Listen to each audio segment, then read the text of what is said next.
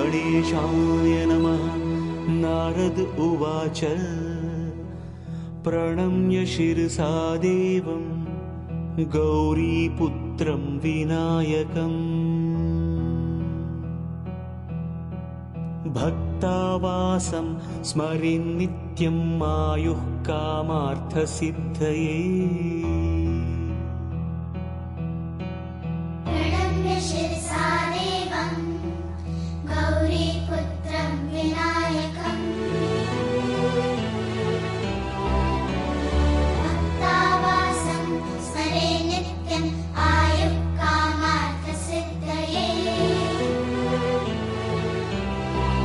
प्रथमं वक्रतुण्डं च एकदन्तं द्वितीयकं तृतीयं कृष्णपिङ्गाक्षं गजवक्त्रं चतुर्थकं लम्बोदरं पञ्चमं च षष्ठं विकटमेव च।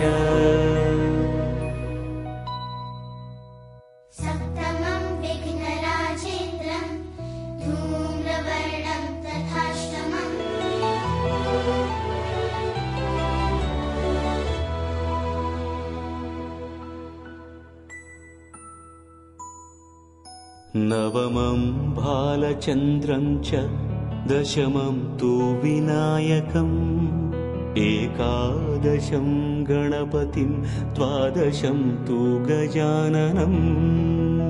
द्वादशैतानि नामानि त्रिसन्ध्यं यः पठेन्नरः न च विघ्नभयं तस्य सर्वसिद्धिकरं प्रभो।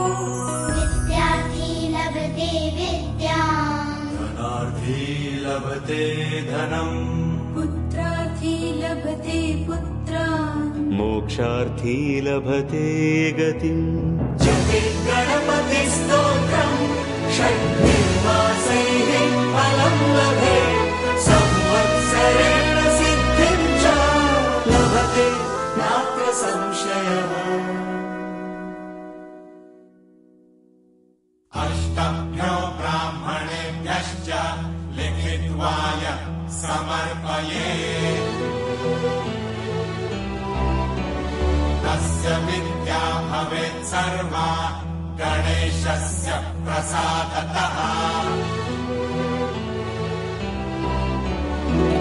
इति श्रीनारदपुराणे संकष्टनाशनम् नाम श्रीगणपतिस्तोत्रम् सम्पूर्णम्।